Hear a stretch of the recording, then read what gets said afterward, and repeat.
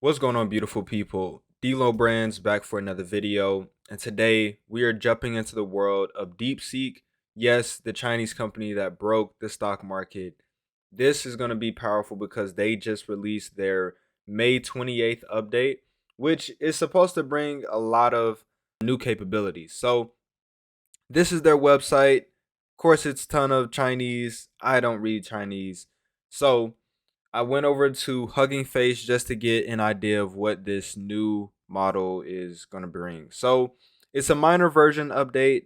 It's not so revolutionary that it will create a different model, which is why they keep it as the same name, R1. But it is supposed to be better in leveraging computational resources and introducing algorithmic optimization mechanisms during post training, which makes it better. And for us, it's supposed to be better in handling complex tasks, the accuracy, less hallucination, things of that nature that are supposed to just fine tune the model a little bit more. So that's how I would look at this update. And right here, you can see a benchmark compared to the 0528. I mean the regular one compared to the 0528. So just a little bit improvement. We did have a large improvement in humanities last exam, but other than that, I mean minor improvements, large improvement over here, a large improvement in the math. So see what we're working with. But I want to go in here and kind of test out some of this stuff. So we have our one turned on for everything that we're going to be doing here today. Necessary cookies only because, I don't want them getting my data. But so it can search the web and you can attach anything that you want pretty much. So I went over to Gemini and I asked it to give us some prompts. And so the first one, we wanted to kind of write a creative story with code elements. So write a short atmospheric story about a futuristic hacker trying to break into a heavily encrypted corporate network. Enter fictional code snippets or command line outputs that contribute to the vibe of the narrative, even if they aren't fully functional. Focus on tension and atmosphere. This is a very interesting one, but let's give it to DeepSeek and see what it comes up with. What I do like about DeepSeek is that it gives a very kind of soft feel when you're using it. It may just be because of the UI and the colors, but I feel at ease when I'm using DeepSeek. And it goes slower than other models, I would say. It does go slower. So it's going to do its thinking. And we also have other prompts. I'm probably going to do this one where it says, imagine a world where gravity repels objects instead of attracting them. Describe how human civilization would have developed. I would like to see what it has for that one. So we're just gonna really be testing its output capabilities. See, we wanted it to create a story, and so it's including code snippets, status initializing spectral bypass. So included in the story, it's showing the code that the hacker is seeing. 7 layers of phantom gateways established. This is funny. This is funny. Neural load 87%. This is cool. Outside. Okay, so let's just read the first paragraph. The rain slid down the plexi like liquid obsidian, smearing the neon glare of Neo Kyoto into bleeding streaks. Inside the cramped capsule apartment, the only light from the holographic display hovering before Ren. It casts sickly green reflections on the worn synth leather of his chair and the cold sweat of his brow. Okay. And then it says, I guess he begins hacking, initializing spectral bypass. Ghost protocol engage. Ren's fingers danced across the haptic interface, a blur against the projected keys. Ooh, can this generate images? I don't think DeepSeek can generate images, because then I would say, okay, take this story and generate frames for it. But cool. So it did what it was supposed to do. It gave us the code snippets inside of that. But let's try this one. Imagine a world where things repel instead of attracting. All right, so it's starting to give us the actual output now. In a world where gravity repels rather than attracts, human civilization would be shaped by a fundamental struggle against planetary expulsion. Every aspect of life would center on harnessing or counteracting this relentless upward push. Wow. Foundations as fortresses. Buildings would be massive, inverted pyramids or mushroom capped structures. Okay. Have you guys ever wondered what life would be like if the forces that impact our daily movement were inverted? If instead of being pushed, we were pulled? That's kind of crazy. Anchor cores filled with ultra dense materials, depleted uranium, osmium alloys counteract repulsion. Above ground floors taper inward to minimize exposure to skyward forces. Underground dominant cities burrow downward. Okay. Reinforced gravity shields. Natural caves become prime real estate. Yeah, I could see that. Windows are rare, replaced by fiber optic light conduits or holographic displays. Material science focused, lightweight materials are deadly. Lightweight materials are deadly. Weighted skirts around structures, concrete aprons, no skyscrapers. No vertical construction beyond 2 to 3 stories is possible without prohibitive. Okay, land travel, wheeled vehicles are obsolete. Too little ground friction. Trains use electromagnetic grip rails and downward thrust engines. Personal transport, gecko trucks, vehicles with suction pads or magnetic. So everything is focused on, sticking to the ground. Sticking to the ground. Clothing and gear, everything is weighted. Shoes have lead soles. Wow. Ballast packs until their bone density adapts. Farms are sunken pits. This is a lot. Okay. It definitely was able to maintain and stick. Okay, water. Let's see water. Rivers flow along canyon beds, but lakes are shallow and prone to upspray. Oceans cling to the planet via immense pressure and salinity based density. Tsunamis cause catastrophic aerial flooding. Aerial flooding. That's an interesting visual of what water would look like. So it did maintain that the reality that it is creating the story in is actually, inverted. So we're gonna try another prompt. We're gonna try this complex programming and algorithmic thinking. So you are given a data set of user activity logs.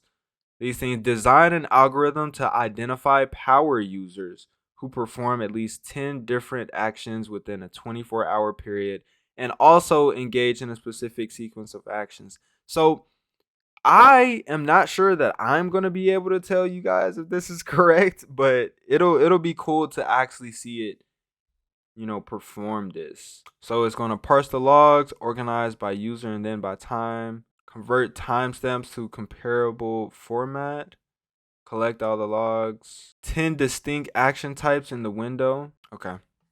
So right now it's figuring out what it wants to do and kind of planning. Yeah, so it's doing a ton of thinking. So it's like, okay, this can happen, but if that happens, then this can happen. So we may have to do this instead. We can do two things. Check the distinct action. So it looks like it's working it out though. We can traverse the events and use a state machine to record every time we complete the pattern. Then we store the start and end time. Steps. Okay. It said, actually, we don't care about how many. We only care if there is at least one. AI is funny. If you guys have not noticed in your own chatbots, AI is absolutely hilarious. How to track states, we can use a list that we update. But worst case, we might have ON states. Actually, wow, this is actually crazy. Because is it ever gonna give us an output? Is it just gonna think forever? Have we developed a prompt that DeepSeek cannot perform? Find out. So guys, it's been a couple of minutes and it is still thinking. It even said this is messy. I feel like DeepSeek is hilarious. It's it's coming up with different ideas about how to go about it, and then figuring out a problem, and then saying, okay, this might be acceptable for small n, or we can try to optimize the pattern check. We can pre-compute. We must hope that is not met in. Wow, this is struggling.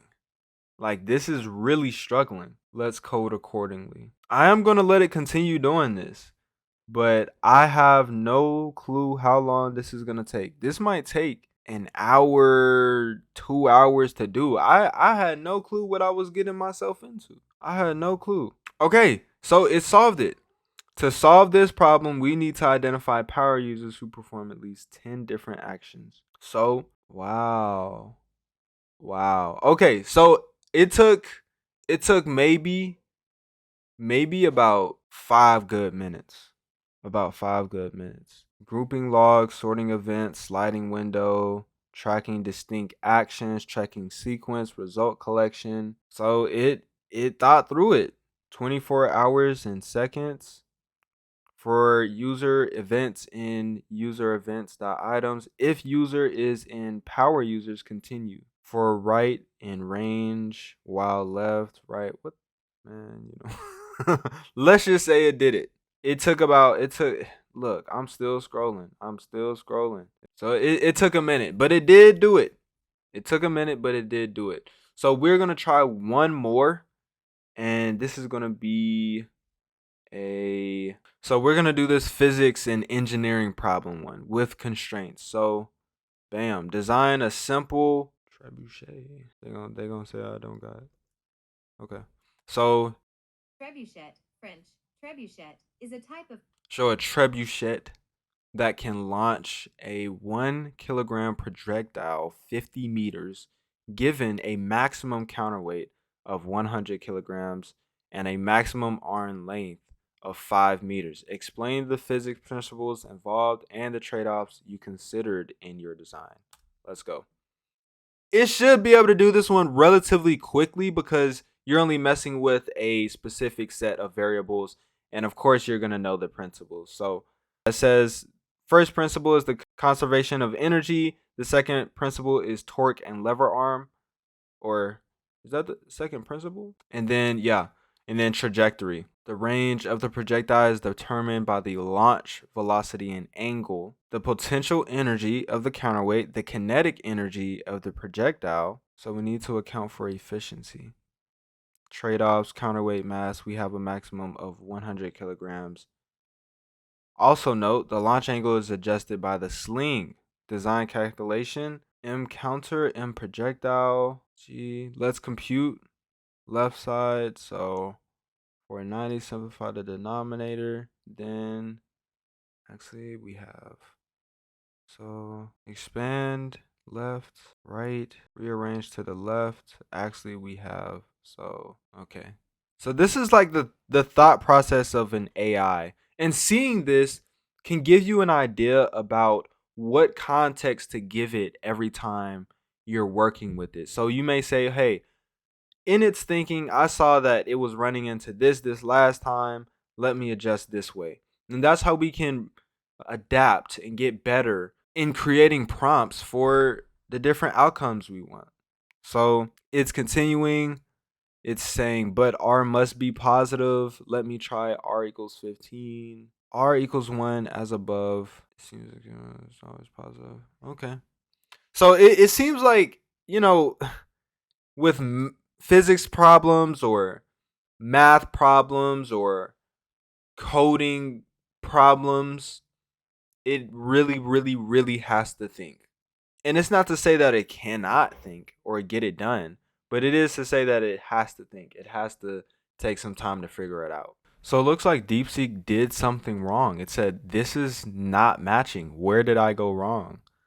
Let me recast the equation without doing something. So it's really showing, AI is not perfect. It's not God. It doesn't know everything. It can work through things longer and faster than us, for example, but it is not the end all be all. You can't go to AI and figure out anything. You can figure out maybe anything that the internet has in terms of information, but AI is still limited. So just remember that. But this thing has been going on for a minute, well, not a minute, about 5 or 6 minutes.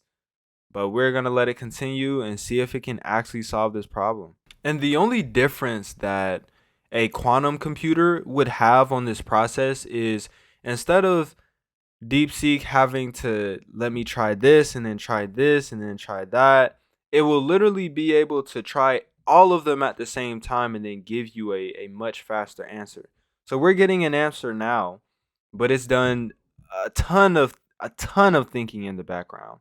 So it's talking about the principles, it's talking about the specifications, lever ratio 4 to 1, projectile mass 1 kilogram, initial angle, and it's given us the entire equation. So potential energy converts to kinetic energy of projectile and counterweight. Give us trade-offs considered: lever ratio, counterweight mass, efficiency, initial angle, release angle, design summary. The arm, 5 meters total, pivot at 1 meter, and 4 meters for the projectile. Counterweight, 100 kilograms, dropped vertically by 1.414 meters. Sling length is 4 meters, matches the projectile arm, releases at 45 degrees. The frame, sturdy to handle forces with counterweight starting 135 degrees from vertical. So it solved it. I'm pretty sure a human going through this equation, I mean, bro, hours, couple days, a few days. But we do see that DeepSeek has some pretty great capabilities. So in terms of thinking, R1 is definitely powerful. If you have any complex problems, let's say you're working on a college assignment or something of the sort, DeepSeek is free, so I would recommend using it. And even if you wanted to use it as an API or use the model through another interface, then it is very, very cheap to use. So keep that in mind. But if you did learn something in this video, please consider commenting and subscribing. I appreciate each and every one of you. Let's continue growing and stay tuned for programs coming out. But huge announcement: join the AI Educate newsletter. Yes, we are putting out newsletters daily that are going to be giving you information, just being able to consume things in a bite-sized fashion and actually get some practical implementation from it. So stay tuned for that. Join that link in the description. But this has been D'Lo Brands, and I will see you in the next video. Peace.